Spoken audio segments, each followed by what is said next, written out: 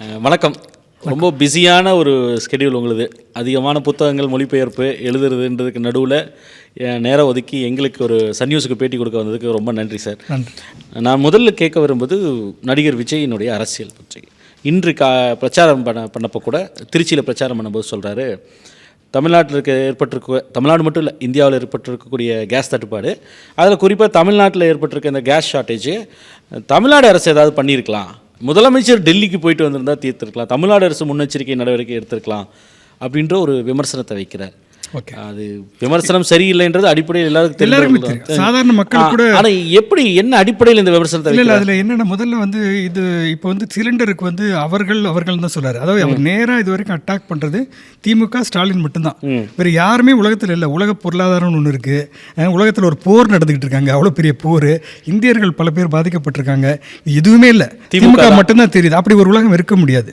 இதில் என்ன முக்கியமான பிரச்சனை, இப்போது யார் போய் எங்கே பேசுகிறதுன்னு பார்த்தா உண்மையிலேயே நாங்கள் பேச வேண்டியது எங்கே போகணும்னா, ஸ்டாலின் சார் போகிறான்னு வச்சுங்களேன், அவர் நேராக ட்ரம்ப்பை போய் பார்க்கணும், வாஷிங்டன் போகணும், நெத்தன்யாவை போய் பார்த்து 2 பேரும் உட்கார வச்சு பேசி, இது ரொம்ப சிரிப்பு வருது இல்லை, அவ்வளோதான் அரசியல். இதில் என்னென்னா இவங்க 2 பேரும் இப்போ அதை மோடியே பண்ண முடியல. அப்போ நீங்கள் அது கூட தெரியலையா, இல்லை இவருக்கு எழுதி கொடுத்தவங்களுக்கு தெரியலையா, இல்லை பின்னாலேருந்து இயக்குபவர்களுக்கு சொல்லிக் கொடுக்குறாங்களான்னு பல சந்தேகங்கள் வருது.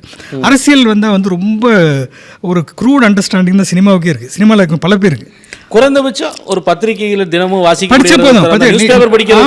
இன்னைக்கு நீங்கள் ஒன்றும் இல்லை, ஆமாம், நீங்கள் ஒன்றும் இல்லை, நீங்கள் ஒரு ஆட்டோவில் போங்களேன், இல்லை ஒரு காரில் டாக்ஸியில் போகும்போது அவர்கிட்ட கொஞ்சம் நேரம் பேசினா உண்மையிலே என்ன நடக்குதுன்னு தெரிஞ்சிடும். அவங்க எல்லாத்தையும் பேசுகிறாங்க. அப்போ அது அந்தளவுக்கு கூட ஒரு அறியாமையில் இருக்கிற ஒரு அரசியலை மாற்ற போகிறேன்னு சொல்கிறார்ல, அது ஒரு வேடிக்கையானது, வர ஒரு விபரீதமான ஒன்று. இது என்னென்னா இவருக்கு பின்னாடி ஒரு கூட்டம் இருக்குல்ல, அதுக்கு சுத்தமாக அரசியல் அறிவு இல்லாமல் பண்ணிகிட்டு இருக்காரு. ஒரு அரசியல் தலைவரோட இது என்னென்ன பொலிட்டிசைசேஷன் அந்த அரசியல் படுத்துறதுக்கான எந்த ஏற்பாடும். ஏன்னா இவருக்கு அரசியல் தெரியல, இவருக்கு தத்துவார்த்தம் தெரியாது. பெரியார், அஞ்சலை அம்மாள், அம்பேத்கர்னு படத்தை மட்டும் வச்சு பிரயோஜனம். உங்கள் கொள்கை தலைவருக்கு அம்பேத்கர் என்ன சொன்னார், அடிப்படையான கொள்கை என்ன, அவர் இந்து மதத்தை பற்றி என்ன சொன்னார் அப்படின்னு 2 நிமிஷம் அந்த மக்களுக்கு சொல்லிக் கொடுக்கலாம். ஆனால் அவருக்கு தெரியல.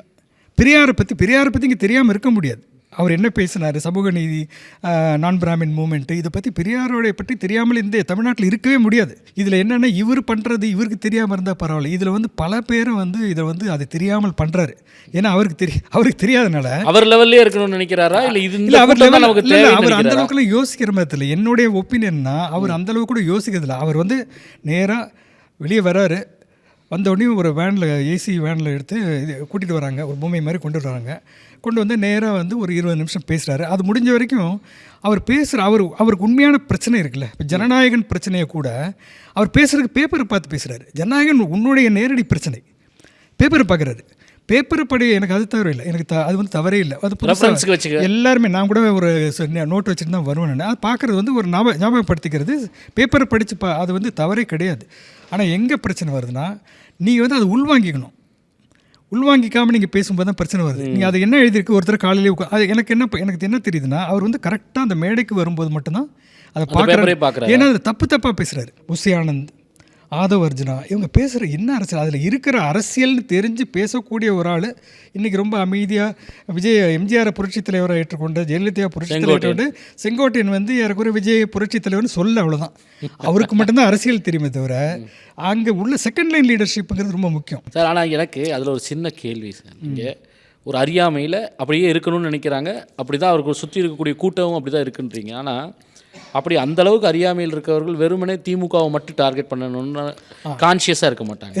அவர்கள் போகிற போக்கில் அட்லீஸ்ட் பாஜக, குறைந்தபட்சம் மோடி நீங்கள் கேஸை கொண்டு வந்திருக்கலாம்லன்ற ஒரு விமர்சன பார்வையாக இருக்கும். ஆனால் இன்றைக்கி பேசும்போது பார்த்திங்கன்னா அவர்களும் செய்யலை அப்படின்னு. அப்போ கான்ஷியஸாக பாஜகன்றதை தவிர்க்கிறது, மோடின்றதை மென்ஷன் கூட பண்ண தவிர்க்கிறது, அந்த வார்த்தையே சொல்ல, பிஜேபின்ற வார்த்தையே இன்றைக்கி அவரோட பேச்சில் இந்த அதனால தான் நமக்கு சந்தேகம் வருது. அப்போ அது டெலிபரேட் தானே? டெலிபரேட் தான். அதில் சந்தேகம் ஏன்னா எழுதி கொடுக்குறவன் அதாவது ஒரு சினிமா ஸ்கிரிப்ட் எழுதுறவன் போல, இல்லை இந்த மீடியாவில் இப்போ டேலண்ட் ப்ரொமோஷன் சில பேர்லாம் இருக்காங்கல்ல, உங்களோட டேலண்ட்டுன்னு ஒன்று நமக்கு தெரியாதெல்லாம் கூட சொல்லுவாங்க, அந்த மாதிரி எழுதி கொடுங்க. ஆனால் என்னென்னா இதுக்கு பின்னாடி ஒரு அரசியல் இருக்குது. விஜய்க்கு அரசியல் தெரியலன்னு, ஆனால் அந்த அரசியல் அதை அவருக்கு தெளிவாக இருக்கார். இப்போ எண்ணெய் இந்த கேஸ் சிலிண்டர் பிரிச்சுக்க அவர்கள் தான் சொல்கிறத தவிர யார் என்று சொல்லவில்லை. ஒரு மத்திய அரசு ஒரு ஒன்றிய அரசுன்னு ஒன்று இருக்குது, மாநில அரசுன்னு ஒன்று இருக்குது, பஞ்சாயத்துன்னு ஒன்று இருக்குது, சிஸ்டம் இருக்குது. இன்னும் ஒரு முக்கியமான விஷயம் வரேன், இவர் வந்து எல்லாத்தையும் மாற்றிடுவோம்னா எதாக இருந்தாலும், எதை மாற்ற விரும்புபவர்களாக இருந்தாலும் எதை மாற்றப் போகிறோம் என்பதை பற்றி ஒரு புரிதல் வேணும். இவர் எதை மாற்ற போகிற தமிழகத்தின் அரசியல். அப்போ தமிழகத்தின் அரசியலை பற்றி ஒரு புரிதல் இருக்கணும். இந்த அரசியல்னு சொல்லல, நல்ல ஆட்சி கொடுப்பேன்றதான் சொல்றேன். அந்த ஆட்சி அரசியல மாற்ற ஆட்சிங்கிறது வந்து கொள்கை அடிப்படையானது. கொள்கை இப்போ வந்து திமுக திராவிட முன்னேற்ற கழகம்னு எடுத்திங்கன்னா கொள்கை அடிப்படைனா அவங்க வந்து சமூக நீதினு பேசினாங்க, சமூக நீதிக்காக போராடினாங்க, ஜஸ்டிஸ் பார்ட்டி காலத்திலே கொண்டு வந்தாங்க. அப்போ நீங்கள் வந்து சமூக நீதினு பேசும்போது நீங்கள் சமூக நீதியின் அடிப்படை தான் எல்லா விஷயங்களும் திட்டங்கள் வருது இன்னைக்கு. அப்போ திமுக அதிமுக ரெண்டு பேருமே இந்த ஒரு போட்டி அரசியல் உருவாக்கில அதில் வந்து ரெண்டு பேரும் மாறி மாறி பண்ணிக்கிறாங்க மக்களுக்கு. அதில் அந்த ஸ்டேட் டெவலப் ஆச்சு. ஆனால் எல்லாமே அந்த இந்த திமுகவோ திராவிட முன்னேற்ற கழகம் சொல்கிறது எல்லாமே இந்த சமூக நீதி, மாநில உரிமைகள், மொழி உரிமை, இது ஒரு கொள்கை அடிப்படை எல்லாத்துக்குமே இருக்குது. லெஃப்ட்டுக்கு ஒன்று இருக்குது, சீமானுக்கு ஒன்று இருக்குது. ஆனால் இவர் அந்த பிஜேபியை தவிர்க்கிறது இருக்குல்ல, ஆமாம், அது அச்சமா இல்லை ஒரு பிளேயிங் சேஃபா இல்லை அவருக்கு இல்லை அவர் பணிக்கப்பட்டிருக்காரா, ஏதோ ஒரு திட்டம் இருக்காது அப்படின்ற ஒரு சந்தேகமும் எழுதல கூட. அச்சம் மட்டும் இல்லை, ஆனால் அச்சம் ஒன்று இருக்கலாம். அச்சம் வந்து இப்போ என்னென்னா இவங்கெல்லாம் அரசியலே இல்லை இதனால வரைக்கும். இந்த ஃபுல்லாக இந்த ஸ்பாட்லைட்லேயே இருந்துட்டு லைம்லைட்லேயே இருந்துக்கிட்டு அது தனி உலகத்தில் இருந்தால் சினிமா உலகம் என்பது பார்த்திங்கன்னா பல பேருக்கு வந்து இப்போ சினிமாவிலேருந்து வந்து அரசியல் பேசின பல பேருக்கு வந்து உண்மையிலே களத்தில் இருக்கிற அரசியல் தெரியலைங்கிறது நமக்கு தெரியும். எப்போ ஒரு தலைவன் உருவாகிறான்னா ஒரு பெரும்பகுதி மக்களின் உள்ள கிடைக்க ஒன்று இருக்கும், அவங்களுக்கு சில ஆஸ்பிரேஷன்ஸ் இருக்கும். நான் வந்து எனக்கு வந்து இந்த அரசாங்க பதவி வேணும், எனக்கு வேலை கிடைக்கணும், எனக்கு வந்து ஒரு வீடு வேணும் அப்படிங்கிற பல அபிலாஷைகள் இருக்கும். அப்போ வந்து இதை வந்து யார் சிறப்பாக வெளிப்படுத்துகிறார்களோ அவர்களும் தலைவராகிறாங்க எப்போவுமே. இப்போ இவர் சொல்கிறது எல்லாமே ஃபஸ்ட்டு வந்து ஃப்ரீன்னா இந்த மகளிர் உரிமை தொகை வந்து 2500 இவர் சொல்கிறது எல்லாமே முன்னாடியே திராவிட இயக்க அரசுகள் ஒரு செட் பண்ணிட்டாங்க ஒரு அஜெண்டாவை. அதில் ஒரு வேல்யூ அடிஷன் நீங்கள் அந்த இப்போ வந்து அதுதான் திராவிட அரசியலோட பெரிய வெற்றி. என்னென்னா திராவிட ரெண்டு கட்சிகளுமே இந்த சமூக நீதி, வெல்ஃபேர் ஸ்டேட், மக்கள் நல அரசு, பிடிஎஸ், பப்ளிக் டிஸ்ட்ரிபியூஷன் சிஸ்டம், பொது விநியோக திட்டம், இது எல்லாத்தையுமே வந்து அவங்க வந்து முன்னாடி ஒரு லிமிட் செட் பண்ணிட்டாங்க. இன்னொன்று நீங்கள் அதாவது அந்த எப்படி பில்ட் பண்ணாங்க இந்த இமேஜ் பார்த்தீங்கன்னா, முன்னாடி இந்த கரூர் சம்பவம் நடக்கிறதுக்கு முன்னாடி எப்படின்னா இந்த கூட்டத்தை எப்படி காமிச்சாங்கன்னா ஏறக்குறைய ஒரு வாரமாக பெரிய மெயின் ஸ்ட்ரீம் மீடியா, பெரிய மீடியாலாம் பிரச்சாரம், விஜய் வந்து விஜய் வராருன்னு ஒரு பிரச்சாரம் இருக்குது.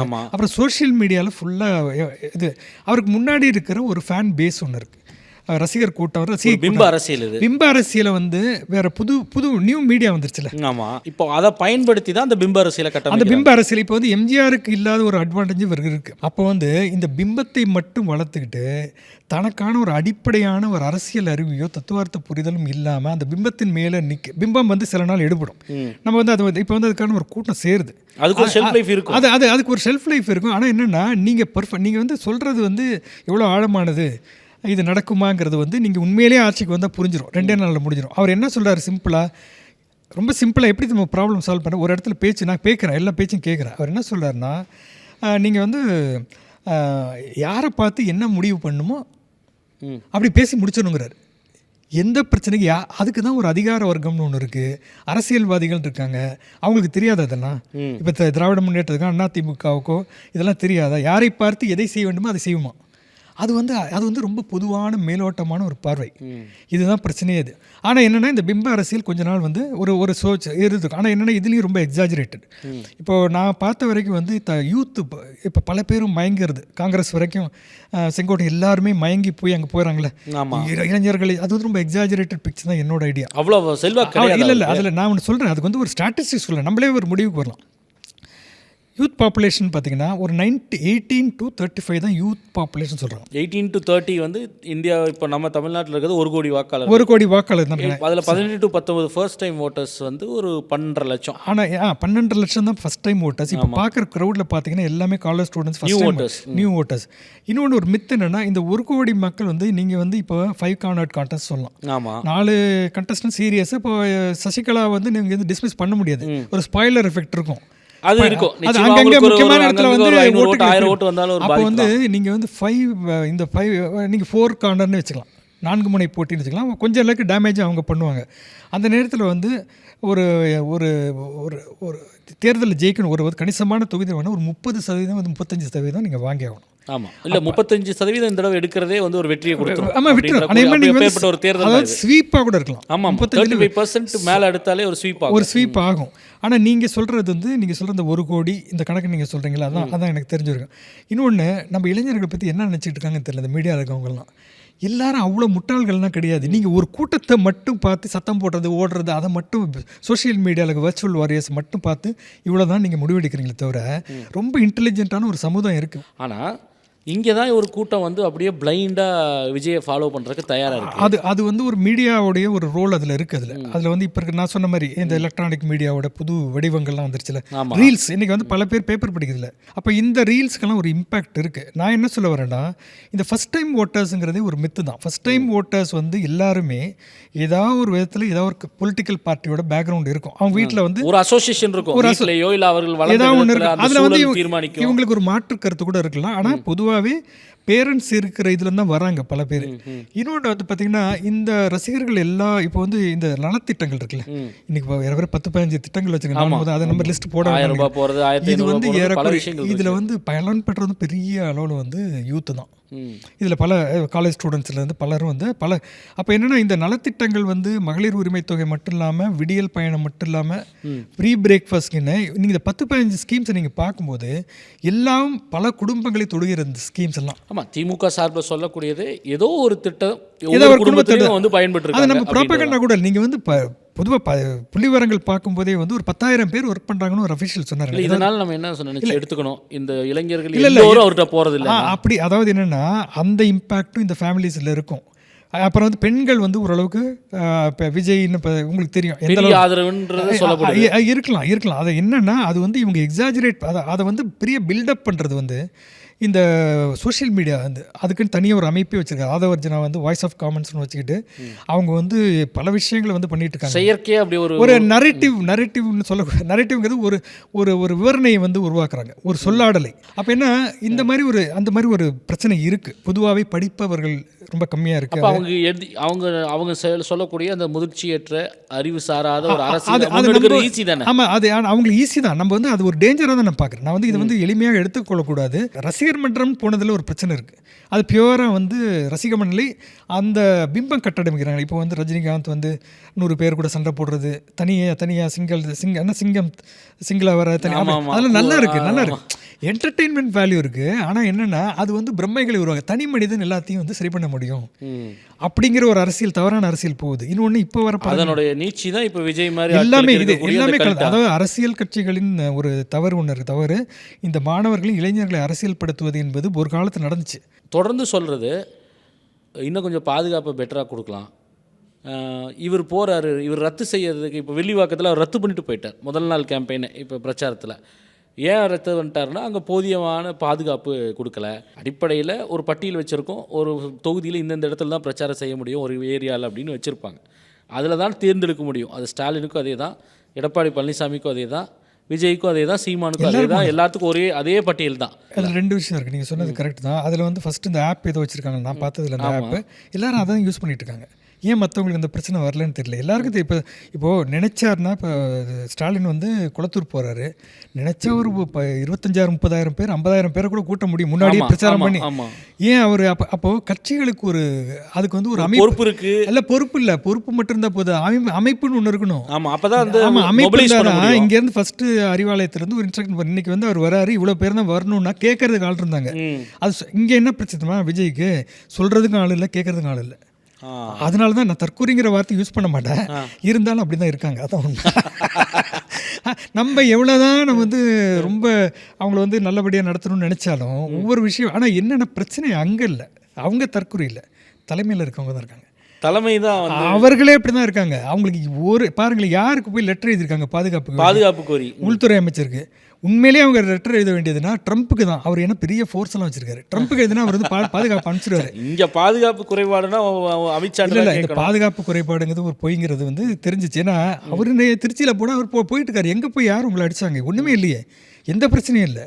வேட்புமனு தாக்கல் போனப்போ யாரும் வரல. பெரம்பூர்ல வேட்புமனு தாக்கல் பண்றப்போ யாரும், அம்பேத்கர் சிலைக்கு மாலை போட்டப்போ தனியாக போய் மாலை போட்டு தனியாக தான் இறங்கி வராரு. நல்லக்கண்ணுக்கு வந்து இரங்கல் தெரிவிக்க போறப்போ யாரும் கூட்டமே வரல. இல்லை, அங்கே ஒரு கூட்டம் இருந்துச்சு, நான் அங்கே இருந்தேன். அங்கே வர கூட்டம் தான். அங்கே அப்போ வரும்போது வழி வந்துடுக வந்து 3 மணி நேரம்லாம் ஆகலை, அதெல்லாம் வரல. நீலங்கரையிலேருந்து சரி, விஜய் வந்த பிறகு நியூஸ் ஸ்ப்ரெட் ஆகி அங்கே வந்து ஒரு 10,000 பேர் டி நகர்லேருந்து சேர்ந்துருக்காங்க. அப்படி சேர மாட்டேன். அதுக்கு தான் முன்னாடி இருந்தே ஃபஸ்ட்டு மீட்டிங்லேருந்து விஜய்லேருந்து விக்கிரவாண்டிலேருந்து என்ன நடக்குதுன்னா, அப்போ ஒரு எதிர்பார்ப்பு இருந்துச்சு, விஜய் வராரு அப்படின்னு சொல்லி ஒரு அரசியல் பேசுவார் அப்படிங்கிறது. அது ஒரு எதிர்பார்ப்பை கிளப்பி விட்டார். சினிமாவுடைய மோகம் அதெல்லாம் இருந்தது. ஆனால் அதுக்கு பிறகு வந்த கூட்டம் எல்லாம் பெரிய பெரிய ஊடகங்கள் கூட அவரை பற்றி ஒரு பெரிய பிம்பத்தை கட்டமைச்சாங்க. தேர்தல் பிரச்சாரத்தில் விஜய் போனால் இதே விஜய் இங்கேருந்து கிளம்பி சென்னையிலேருந்து பேசுறதுக்குள்ளே டயர்டாகிடுவார். இப்போ நேற்றே கூட அப்படி தான் தெரிஞ்சு. அதுக்கப்புறம் அங்கே போகும்போது மதுராந்தகம் போகிறாருன்னா அங்கே அப்போ நம்ம ஊருக்கு வராருன்னு தெரிஞ்சால் அவங்க அங்கங்கே இந்த கூட்டம் ஒரே இடத்துல சேராது. இது ஒரே இடத்துல கூட்டப்பட்ட கூட்டம் தான். அது ஒரு ஒரு என்ன சொல்கிறது சார், ஒரு பொருள் எளிதாக கிடைச்சிடக்கூடாதுன்ற ஒரு டிமாண்ட் கிரியேட் பண்ணுற. ஆமாம், நீங்கள் உங்களுக்கு அது என்னென்னா, நீங்கள் அதிகமாக உங்கள் முகம் அதிகமாக காட்டக்கூடாது, அப்பப்போ காட்டணுங்கிறது ஒரு மார்க்கெட்டிங் டெக்னிக். இது எல்லாமே மார்க்கெட்டிங் இருக்குது, பிராண்ட் பில்டிங் தான். இது பிராண்ட் பில்டிங் தான். விஜயோட இந்த பிரச்சாரத்தை பயன்படுத்தும் அளவுக்கு அங்கே ஆர்கனைசேஷன் கிடையாது. அதை திறமையாக அப்படின்னு தெரிஞ்சிருச்சு. இப்போ நேற்று பார்த்தீங்கன்னா அது ஒரு ஆர்கனைஸ்டாகவே தெரியல. ஒரு ஆர்கனைஸ்டுனா ஒரு இங்கே இன்னும் பேசணும், இதை தான் பேசணுங்கிறது ஆர்கனைசேஷன் அங்கே காணும். கிரவுண்டில் கரூரில் கூட அதுதான். எல்லா பெரிய மீட்டிங்கில் பார்த்தீங்கன்னா தொண்டர் படை ஒன்று இருக்கும். எல்லா கட்சிகளும் இடதுசாரி எல்லா தொண்டர் படையும் பல முறை பேசி அவங்க பல நேரங்களில் அவங்க எப்படி பண்ணுவாங்கன்னா, இப்போ பெரிய கூட்டம் நிற்குதுன்னா ஒரு இடத்துல தான் வச்சுக்குவார். எம்ஜிஆர் அப்படியே ரோட்லாம் சுற்றிட்டு இருக்க மாட்டார். அப்படி ஃபர்ஸ்ட் லைன் ஆஃப் டிஃபென்ஸே அந்த ஃபர்ஸ்ட் லைன் தொண்டர் படை அப்புறம் தான் காவல்துறை அசிஸ்ட் பண்ணும். இப்போ மேடை ஒன்று போட்டுருவாங்க. அவர் அதுக்குன்னு ஒரு தனியாக ஒரு ரூட் போட்டுருவாங்க. அவர் காரில் இறங்கி வரும்போது வழியில் மக்கள் நிற்பாங்க. ஆனால் 2 பக்கம் தொண்டர், போலீஸே தேவையில்லை. ஆனால் உங்களுக்கு இது எதுவுமே இல்லாமல் தான் ஒரு கூட்டம் அங்கே வந்திருக்கு. அது நம்ம கரூர் பிரச்சனைக்கு போக வேண்டாம், ஏன்னா அது முன்னாடியே ஆனால் இதெல்லாம் சேர்ந்து தான் கரூர் பிரச்சனை. அந்த நிலை இன்னைக்கு தொடருது. அந்த நிலை தொடருது. இன்னைக்கு டேஞ்சரஸாக தான் இருக்குது. ஏன்னா ஒரு பையன் இறந்து போயிட்டான்.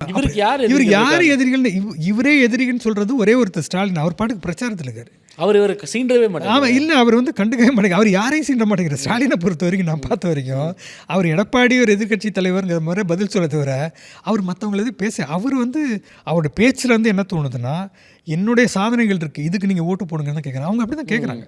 நீங்கள் மத்திய அரசை கூட எப்படி கேட்குறாங்கன்னா, தனிப்பட்ட முறையில் தாக்காமல் மாநில உரிமைகள் நீ டீலிமிட்டேஷன் பண்ண போகிற, 50% சீட்டை இன்க்ரீஸ் பண்ண போகிறங்கிற பிரச்சனை. அதுக்குன்னு ஒரு கமிஷன் போடுறாரு.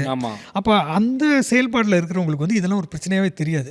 அப்போ இவங்க ஸ்டாலினுடைய பார்வையில் நமக்கு எதிரி இல்லைன்னா நமக்கு இந்த வரக்கூடிய தேர்தலில் அட்டாக் பண்ண வேண்டியது எடப்பாடி தான். அவர் அது ரொம்ப தெளிவாக இருக்கு. விஜய் நம்ம பொருட்டு இது வரைக்கும் அவர் பேசுன மாதிரி தெரியல. ஏதோ ஒரு இன்டெரக்டாக சொன்ன மாதிரி இருக்கு. ஏதோ 2 முறை ரெஃபரன்சஸ் இருந்திருக்கு, அவ்வளோதான். மற்றபடி இப்போ அது கூட பேசுகிறேன். ஆனால் அதுக்கு நேர்மாறாக என்ன நடக்குதுன்னா, யாரோ ஒருத்தர் சோடா பாட்டில் வச்சுன்னா இவர் தான். அதோட ரொம்ப பெரிய கொடுமை என்னென்னா, Central Board of Film Certification CBFC censor board அவங்க ஜனநாயகத்துனா அவங்க பேர் சொல்ல மாட்டேங்கிறாரு. அப்புறம் எலெக்ஷன் கமிஷன் அவங்க தான் கண்ட்ரோல் பண்ணுறது. ஃபுல்லாக எலெக்ஷன் கமிஷன் கண்ட்ரோல் கொடுக்குறதெல்லாம் அவங்க தான். அப்போ என்ன ஆச்சுன்னா, இவருடைய பார்வையில் முன்னாடியே மாநில சுயாட்சி வந்துருச்சு. மாநில சுயாட்சி Central Board of Films censor board, election commission இதெல்லாம் மாநில அரசின் கட்டுப்பாட்டுக்கு வந்திருக்குன்னு யாரோ தப்பாக சொல்லி கொடுத்தாங்களோ இல்லை அவ்வளோதான் அவருக்கு தெரியுமா? குறைந்தபட்சம் அந்த புரிதல் இருக்கும்ல சார். இல்லை அதில் தெரியும். நான் அதில் என்ன சொல்கிறேன்னா, இது உனக்கு தெரிஞ்சேன்னு ஏன் பேச மாட்டேங்கிற? அந்த பேரை மறுபடியும் பிஜேபியோ central government election commission Modi BJP ஒரே ஒரு முறை சொன்னார். நான் மோடின்னு பேரே சொல்கிறதில்ல, உடனே பிரைம் மினிஸ்டர் மோடி சார் அப்படின்னு ஒரு தடவை சொன்னார். அவ்வளோதான். அதுக்கு மேலே நீ இன்னொன்று. ஆனால் அவர் கேட்டால் அவங்கள களத்துக்கே சம்மந்தம் இல்லை. அது தவறான பாரு. ஒரு மாநில அரசு என்பது தனியாக ஒரு தீவாக நடக்கிறது இல்லை. ஒரு மாநில அரசு மத்திய அரசோடைய ஒரு இந்த செட்டப் யூனியன் ஆஃப் ஸ்டேட்ஸ்குள்ளே தான் ஒரு மாநில அரசு நடக்குது. அப்போ நீங்கள் ஒரு பிரச்சனையை எடுத்து பேசும்போது இதற்கு காரணம் மத்திய அரசா மாநில அரசா, ஒன்றிய அரசா மாநில அரசா, எந்த கொள்கை எதனால் நமக்கு கிடைக்க மாட்டேங்குது அப்படிங்கிறது. இப்போ அது காவேரி பிரச்சனையாக இருந்தாலும் யார் இது கண்ட்ரோல் இருக்காங்கன்னு தெரிஞ்சால் நீங்கள் ஒரு கட்சியை மட்டும் நீங்கள் ஒரு பார்ட்டியை மட்டும் அட்டாக் பண்ணிக்கிட்டு இருக்க மாட்டீங்க. அப்போ என்ன ஆயிடுதுன்னா, இதில் நீங்கள் தொடர்ந்து இவரையே ஸ்டாலினே சொல்லிட்டு இருக்கிறதுனால உண்மையிலேயே இவர் ஸ்டாலினுக்கு தான் பிரச்சாரம் பண்ணுறான்னு எனக்கு ஒன்று தோணுது. ஏன் சொல்கிறேன்னா, இல்லை பிரச்சாரங்கிறது நம்ம இவர் ஸ்டாலின் சொன்ன மாதிரி தான். இவர் கவர்னர் கொஞ்ச நாள் இருந்தால் இன்னும் கொஞ்சம் பிரச்சனை அந்த மாதிரி. எப்படி சொல்கிறேன்னா வேறு மாதிரி சொல்கிறேன். இது அது திமுக உதவுங்கிறதோட என்ன ஆகுதுன்னா, முன்னாடியே களத்தில் திமுக ஒரு அணியை கட்டி வச்சுருக்காங்க. அதுக்கு எதிரான ஓட்டுகள் தான் ஒரு சைடில் ஒரு 35லேருந்து 40 வரைக்கும் வச்சுக்கோங்களேன், அணியெல்லாம் சேர்த்து. அப்போ மீதி இருக்கிற 60% தான். இப்போ வந்து 5 முனை போட்டி 4 முனை போட்டினா திமுக ஸ்டாலிடாக ஒரு 35% வச்சுக்கோங்கன்னா மீதி 4 பேர் தான் இதை பிரிச்சுக்க போகிறாங்க. அப்போ இவங்க எல்லாருமே வந்து சீமான்லேருந்து திராவிட அரசியலும் பெரியார் தான் திட்டிட்டு இருக்காரு. பிஜேபி வந்து இப்போ இவர் ஊழலற்ற, அதாவது திராவிட அரசியலுக்கு எதிராக பேசின பிஜேபி வந்து இன்றைக்கி அவங்கள வந்து பேசிட்டு இருக்காங்க. எல்லாருடைய டார்கெட்டும் ஸ்டாலினாக இருக்காரு. அப்போ என்ன, இந்த இந்த திமுக மேலேயும் இந்த ஆட்சி மேலேயும் ஒரு எதிர்ப்பு உணர்வு இருக்கிற, எதிர்ப்பு ஓட்டு நிச்சயமாக இருக்கும். அதெல்லாம் பிரியுமா பிரியாதான்? நிச்சயமாக பிரியும். இவர் வந்து அந்த ஓட்டை தான் பிரிப்பாருங்கிறதுக்கு இதுதான் லாஜிக். இப்படி தான் இருக்க முடியும். ஆனால் எடப்பாடிக்கு ஒரு பிரச்சனை இருக்குது. எடப்பாடி சசிகலாவுக்கும் ஓபிஎஸ்ஸுக்கும் காமன் எனிமி திமுக இல்லைன்னு ஆயிடுச்சு. இப்போ காமன் எனிமி எடப்பாடி தான். இப்போ ராமதாஸுக்கும் அன்புமணிக்கும் காமன் எனிமியானா ராமதாஸுக்கு வந்து அன்புமணி காமன் எனிமி, அன்புமணிக்கு வந்து ராமதாஸ். அவங்க 2 பேரும் ப்ரூவ் பண்ணிக்கணும். இல்லை, அந்த கூட்டணி பேரே சசிகலா ராமதாஸ் கூட்டணி பேரே வந்து துரோகத்துக்கு எதிரான. அப்போ என்னன்னா, இது வந்து ஒரே டார்கெட்டாக இருக்கும்போது இவர்கள் எல்லாமே அப்போ வந்து ஒரு கூட்டத்துக்கு வராங்க. அதில் வந்து அதிமுக ஓட்டு போடுறவங்க இருப்பாங்க. அந்த கூட்டத்தில் இருக்கவங்களே எப்படி ஓட்டு போடுவாங்க? விஜய் தான் இதுக்கு மாற்றாக இருப்பார், திமுகவுக்கு ஸ்டாலின் அரசுக்கு இந்த அரசுக்கு மாற்றாக இருப்பார்னு நினைக்கிறவங்க அவருக்கு போகும், அங்கே போகும். அது வந்து ஒரு மிடில் கிளாஸ். எடப்பாடி நினைக்கிறவங்க அந்த அதிமுக அது வந்து முன்னாடி இருக்கிற வாக்கு ஒரு 20%, 25% அது கொஞ்சம் குறைஞ்சிருந்தாலும் போயிருக்கும். இப்போ சசிகலாவும் இவங்களும் பிரிக்கிற ஓட்டு இருக்குல்ல, இப்போ யார் ஓபிஎஸ் பிரிக்க. அப்போ வந்து அதெல்லாம் அப்படியே பிரியும் போது இவர் இன்னும் கொஞ்சம் ஓட்டம் அந்த பக்கம் பிரிக்கிறாரு. இந்த எதிர் அணி இருக்குல்ல, ஒரே அணியாக இல்லை கூட இந்த எதிர் ஓட்டில் இருந்தால் ஒரு செக்ஷன் அங்கே போகும், எல்லாம் பிரிஞ்சுட்டே இருக்கு. அதில் வந்து இவங்க ரசிகர்கள் ஒரு மிடில் கிளாஸ் ஓட்ஸ் இருக்கும். சென்னை மாதிரி இடங்களில் வந்து ஒரு நகரத்தில் வாசிகளுக்கு வந்து அவங்களுக்கு இந்த திராவிட முன்னேற்ற ஒரு ஓமையெல்லாம் இருக்கும். திராவிட அரசியலே பிடிக்காதவங்களாம் இருப்பாங்க. அவங்க கமலஹாசன் ஓட்டு போட்டிருப்பாங்க லாஸ்ட் டைம். இப்போ இந்த தடவை கமலஹாசன் தான் அங்கே போய் சேர்ந்துட்டாரு, அந்த செக்ஷன் கொஞ்சம் இங்கே போகும், விஜய்க்கு போகும், பிஜேபிக்கு போகும். ஆமாம், அப்படி போகும். அப்போ வந்து இது வந்து பிரிக்கும் வேலை தான். இன்னொரு அரசியலில் நான் பார்த்தது என்னென்னா, நீங்கள் வந்து எம்ஜிஆர் அரசியலுக்கு வந்த பிறகு, அதிமுக வந்து வந்த பிறகு இது வந்து பர்சனலைஸ் பாலிடிக்ஸ் ஆயிடுச்சு.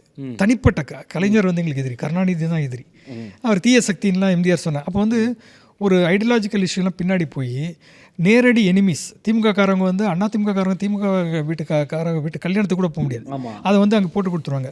அப்போ வந்து உள்ளுக்குள்ளே இருந்தது. அப்போ அந்த எதிர்ப்புணர்வு வந்து ஜெயலலிதா காலத்தில் இருந்தது. ஜெயலலிதா இன்னும் அதிகமாக வளர்த்தாங்க. அப்போ வந்து ஒரு பர்சனலைஸ்ட் விஷயஸ் அட்டாக் 2 பேரும் மாறி மாறி பண்ணிக்குவாங்க. அதுதான் அதே மாதிரி தான் இவரும் இப்போ இல்லை அந்த அரசியலுக்கு வந்து அவங்களுக்கு 2 பேருக்கும் பின்புலம் இருந்துச்சு அரசியல்.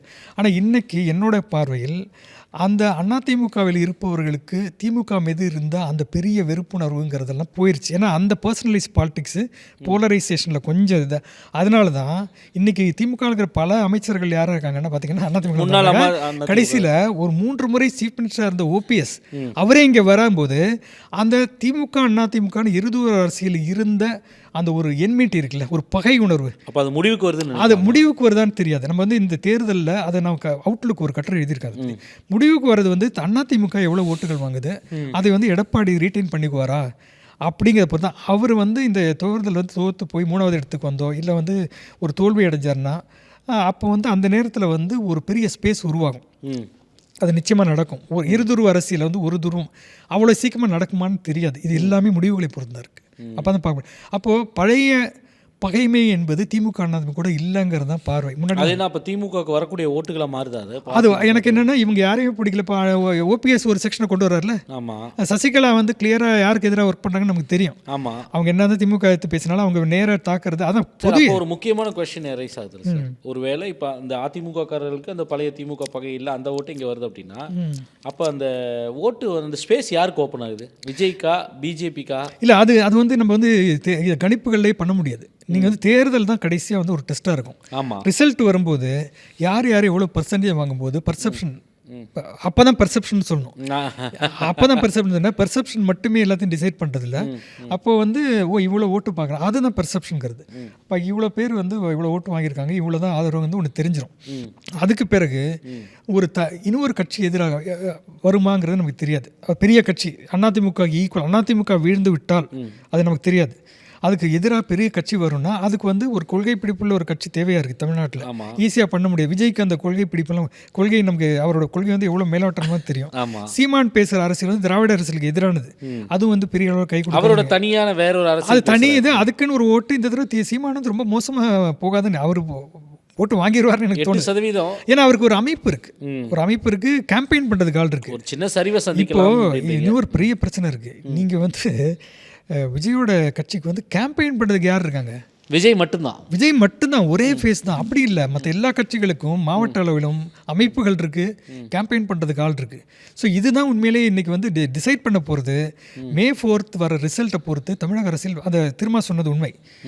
பெரிய மாற்றம் இருக்குது. அது மாற்றம் இல்லாமல் போனோன்னா அதிமுக வந்து ஒரு 25% ஓட்டு வாங்கி ஒரு கன்சிடரபிள் நம்பர் ஆஃப் ஒரு 30, 40, 50 சீட் வந்தால் கூட அதிமுக இருக்கும். அது தோத்தாருன்னா உள்ளுக்குள்ளேயே வெயிட் பண்ணிட்டு இருக்காங்க. ஜெயலலிதா ஒருத்தர் சொன்னாங்க, எனக்கு கண்ணு கட்டிய தூரம் வரும் எதிரிகள். நான் அதுக்கப்புறம் தான் சொன்னேன், எல்லாமே உள்ளதான் இருந்தாங்க மேடம் சொல்லி. எல்லாரும் எப்படி போயிட்டாங்க பாருங்க, பிரிஞ்சு. இதுதான் இன்னைக்கு அரசியல்னா என்னோட பார்வை. அப்போ விஜய் என்கிற ஃபேக்டர் நம்ம இவ்வளோ பேசுறதுக்கு காரணம், பின்னாடி ஒரு கூட்டம் இருக்கிறது, அரசியல் இல்லாத ஒரு கூட்டம். அதை அரசியல் மயப்படுத்துவதற்கான விஷயங்கள் அவர்கிட்ட கிடையவே கிடையாது. திமுக எண்ணிக்கையில் அவங்க எவ்வளோ வாங்குவாங்க சார்? இல்லை, அது வந்து ரொம்ப கெஸ் பண்ணுறது. என்னோட கெஸ் வந்து இந்த பர்சன்டேஜ் கணக்கு வச்சுக்கோன்னா 1 கோடி ஓட்டில் வந்து நீங்கள் 30% வந்து 1.5 கோடி 1,60,000 1 கோடி 60 லட்சம் ஓட்டு வாங்கணும். அப்போ யூத் ஓட்டு எல்லாமே அங்கே போகுமா? போக சான்ஸ் இல்லை. நான் சொன்ன பல ஃபேக்டர்ஸுக்கு, அந்த பல திட்டங்களால் பலன் பெற்றவர்கள், அப்புறம் அரசியல் சார்பு இருக்குது. இன்னொன்று அவங்க ரொம்ப இன்டெலிஜென்ட்டாகவும் இருக்காங்க. நீ சொல்கிற மாதிரிலாம் கிடையாது. அதாவது சினிமாவை மட்டும் பார்த்து ஏமாறுறவங்கள நம்ம இளைஞர்களை வந்து நம்ம ரொம்ப அண்டர் எஸ்டிமேட் பண்ணுறோம். அவங்களுக்கு அப்போ வந்து அதில் ஒரு பாதி பர்சன்ட் வச்சுங்களேன், ஒரு 50% ஓட்டு போடுறாங்க. அந்த 50 லட்சம் பேர். மற்ற செக்ஷனில் விமன் எவ்வளோ இருப்பாங்க? விமன் வந்து ஈக்குவல். அப்போ எல்லாம் சேர்த்து ஒரு 60 லட்சம் பேர் வந்துருச்சு. அவ்வளோதான். அப்போ எவ்வளோ பர்சன்டேஜ் பார்த்துக்கோங்க. இப்போ இன்னைக்கு வேட்பாளர் தேர்வு பாருங்க, 100 பேருக்கு மேலே மற்ற கட்சியிருந்து வந்தவங்க. அலிகேஷன்ல பார்த்தா பயமா இருக்கு. கஞ்சா வச்சிருந்தது பிடிபட்டவர். ஆமா, பெண்களுக்கு வந்து பாலியல் தொந்தரவு கொடுத்தார். அப்போ என்னன்னா, இந்த கேண்டிடேட் போய் நிற்கும் போது திமுகவோட ஒரு கேண்டிடேட் போவார், நாம தமிழர் ப்ராக்டிக்கலாக யோசிச்சு பாருங்க. இல்லை, அவங்க என்ன அடிப்படையில் சார் அப்போ அந்த அறிவிக்கிறாங்க? கஞ்சாவுக்கு எதிராக வந்து பிரச்சாரம் பண்ணுறாரு, நானே ஒவ்வொரு கேண்டிடேட்டையும் செலக்ட் பண்ணி தேர்ந்தெடுத்து அறிவிச்சேன் அப்படின்னு சார். ஆனால் தேர்ந்தெடுத்தவர் வந்து 10 நாளைக்கு முன்னாடி 13 கிலோ கஞ்சா வச்சதில் பெயிலில் வந்தவர், அதாவது மர்டர் கேஸ் இருக்கிறவர், பெண்களை வந்து கேவலமாக வசைபாடியவர் ஒருத்தர் இருக்கார், இன்னொருவரும் வந்து ஸ்கேமில் ஈடுபட்டவர் இருக்கார், கொலை குற்றத்தில் ஈடுபட்டவர் இருக்கார். அப்போது என்ன, நான் இவருடைய செல்வாக்கு இல்லை அந்த நீங்கள் சொல்லக்கூடிய இந்த பிம்பம் இருக்குல்ல, அதை வச்சு பாப்புலாரிட்டியை வச்சு இதெல்லாம் தாண்டி இவரை கூட என்னால் ஜெயிக்க வைக்க முடியுன்ற நம்பிக்கையா, இல்லை இவர்களை வைக்கிறது தான் சரின்னு? நல்ல கேள்வி. இவளுக்கு அரசியல் தெரியல, தத்துவம் தெரியல, பொருளாதாரம் தெரியல, அது மட்டும் இல்லாமல் இவருக்கு ஒரு ஆர்கனைசேஷனே தெரியாது. அப்படிதான் எனக்கு தோணுது. நீங்கள் வந்து வேட்பாளர் நான் தான் ஒவ்வொருத்தரையும் தேர்ந்தெடுத்து அது லிஸ்ட்டு கொடுத்தது படிக்க வேண்டியதானே, அவ்வளோதானே. அதில் பல பேர் அவருக்கு தெரியாதுன்னு பல பேர் எக்ஸ்போஸ் பண்ணிட்டு இருக்காங்க. இன்னைக்கு பாருங்க, இன்னும் நிறைய கூத்து நடக்கும் போகுது.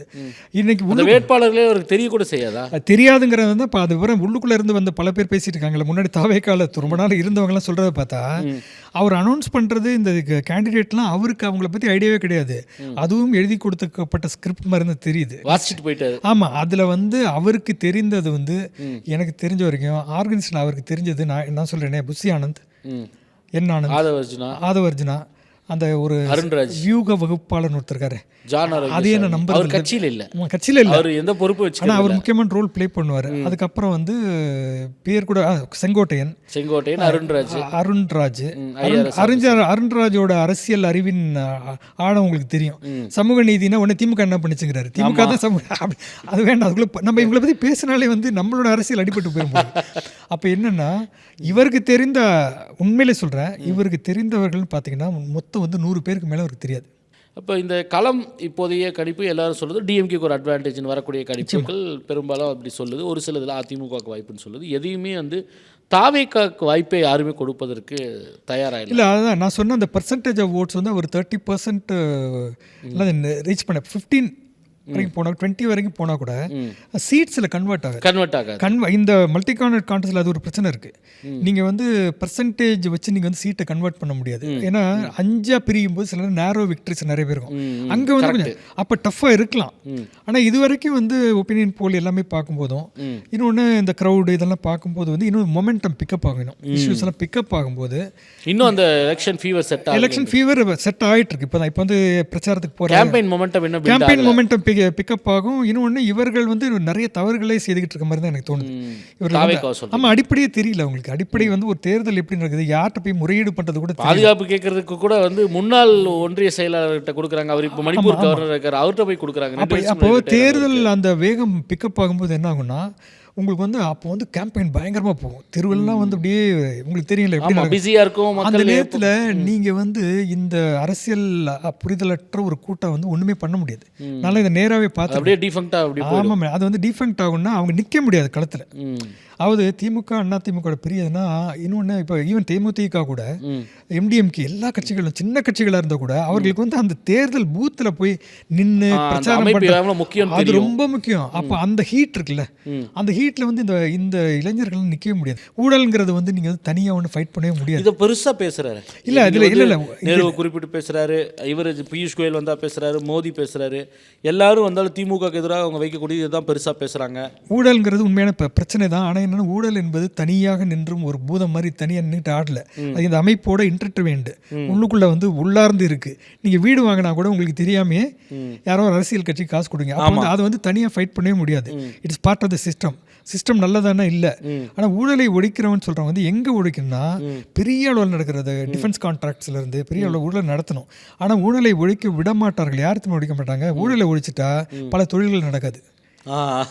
ஆமா, நீங்க யாரு உங்களுக்கு எலக்ட்ரல் பாண்ட் கொடுத்தவங்க யாரு? பெரிய பெரிய முதலாளிகள்.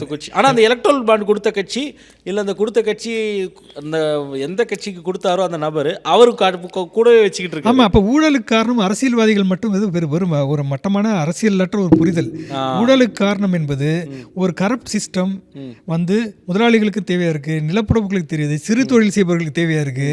அதனால ஊழலை ஒழிப்பது வந்து அரசியல்வாதிகள் மட்டும் ஊழல் செய்பவர்கள் இல்ல, இதுல வந்து அதிகாரிகள் இருக்காங்க.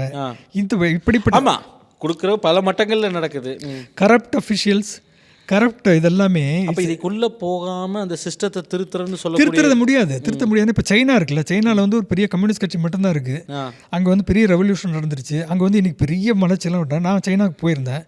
அங்கே என்ன சொல்கிறாங்கன்னா, ஊழல் இங்கேயும் இருக்குங்கிறாங்க. ஊழல். ஆனால் என்ன ஒரு வித்தியாசம் என்னென்னா, அவர் ஜி ஜின்பிங்கே எழுதுறாரு இங்க ஊழல் இருக்கிறதுங்கிறது. மோடி எழுதுவாரா? அப்ப இவரோட நரேட்டிவ் எப்படி புரிஞ்சுக்கிறது சார்? இல்ல, யார் இவரோட நரேட்டிவ் வந்து ஒரு அன்ரியலிஸ்டிக் நரேட்டிவ். யாருமே ஊழலை, இப்ப கமலஹாசன் கூட ஊழலை ஒழிப்புன்னு சொன்னாரு, அண்ணாசாரி ஊழல், அதுக்கப்புறம் இவ்வளவு பெரிய ஊழல் வந்துருச்சு, சிஏஜி ரிப்போர்ட்லேயே ஊழல் வந்துருச்சு.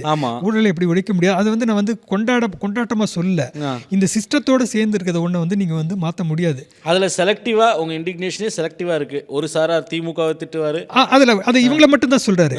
ஆனா என்னன்னா, இந்த என்டையர் சிஸ்டம் ரிவால்வ்ஸ். அது என்னன்னா ரொம்ப சிம்பிள். இன்னைக்கு வந்து எலக்ட்ரல் ரிஃபார்ம்ஸ் ரொம்ப முக்கியம். தேர்தல் சீர்திருத்தம் பண்ணும்போது தான் இது ஓரளவு கண்ட்ரோல் ஆகும். ஏன்னா மணி நீங்கள் கொடுக்கலாம். அப்போ ஒரு தொழிலதிபர் வந்து பணம் கொடுக்குறான்னா எதுக்குன்னா அவனுக்கு சில பலன்களுக்கு சாதகங்கள் சில அனுகூலங்கள் கிடைக்கும், அவ்வளோதான். அப்போ இன்னைக்கு வந்து பணம் இல்லாமல் இப்போ வந்து பணம் பண்ணுறது வந்து இப்போ டாக்டருக்கு படிக்கிறவங்க வந்து 1 கோடி 2 கோடி கொடுத்து சேர்றாங்க. அவனோட முதல் நோக்கமே அந்த பணத்தை எடுக்கணும், முதல்ல திருப்பி எடுக்கணும். அப்போது 100 கோடி 1000 கோடிக்கிற தொழிலதிபருக்கு வந்து திரும்ப எடுக்கணும்னா அவனுக்கு தகுந்த அரசியல்வாதி வந்தாகணும். அப்போ வந்து இது எல்லாருக்கும் நடக்கும், எல்லா கட்சிகளுக்கும் வர ப்ரெஷர் இது. நீங்கள் ஆட்சிக்கு வந்து விட்டாலே உங்களை அப்படி நேராக இடதுசாரியாக இருந்தாலும் எந்த சாரியாக இருந்தாலும் சரி, உங்களை வந்து தொழிலதிபர்கள்லாம் நேராக பார்ப்பாங்க, அவங்களுக்கு தானாகவே ஆஃபர் பண்ணுவாங்க. ஊழல் என்பது பணம் கொடுக்கறது மட்டும் கிடையாது, பல ஆஃபர்ஸ் இருக்கும். நீங்கள் வந்து ஃபாரின் ட்ரிப் போங்க. அப்போ இவர் பேசுகிற அந்த தூய்மைவாதம் என்பது யாராக இருந்தாலும் ஈடுபடாது. அதனால தான் பல பேர் ஊழலை பற்றி பேசுறது இல்லை. ஏன்னா அது வந்து ஊழல் செய்கிறாங்கங்கிறத தவிர ஊழல் என்பது பார்ட் ஆஃப் த சிஸ்டம். இந்த சிஸ்டம் வந்து ஊழல் நடக்காது, இல்லை ஃபெயில். அப்படிதான் என்னோட ஒப்பீனியன். அப்போ விஜயோட இந்த பேச்சு எடுப்படாது. ஏன்னா இன்னொரு பிரச்சனை தெரியுமா, இன்னைக்கு வந்து மக்கள் வந்து பணத்தையோ செல்வத்தையோ வந்து ஒரு குற்றமா பாக்குறது இல்லை. அது வந்து ஸ்கூல் படிக்கிற பையன்களோட அறிவு இருக்கிற அந்த லெவலுக்கு வந்து அந்த மாதிரி வரும். அப்படி உடனே பிளேம் பண்ணிட்டேன்னா எப்படி அதை பாரு நாங்கள் சிசிடிவியை பிடிச்சிட்டோம் அப்படிங்கிறேன்னா, அது வந்து உண்மையிலேயே திருடம் போலீஸ் விளையாடுற இன்னைக்கு சின்ன குழந்தைய கூட அந்த விளையாட்டுலாம் விட்டு வந்துட்டாங்க. அவங்க வந்து இன்னைக்கு வீடியோ கேம்ஸ்ல எங்கேயோ போயிட்டு இருக்காங்க. ஆனால் இவர்களுடைய அரசியல் இன்னும் குழந்தைத்தனமாக தான் இருக்கு. அவ்வளோதான். நன்றி. பல்வேறு கருத்துக்களை ரொம்ப விரிவாக பேசினதுக்கு மிக்க நன்றி. உடனுக்குடன் செய்திகளை தெரிந்து கொள்ள சன் நியூஸ் பெல் ஐகானை கிளிக் பண்ணுங்க.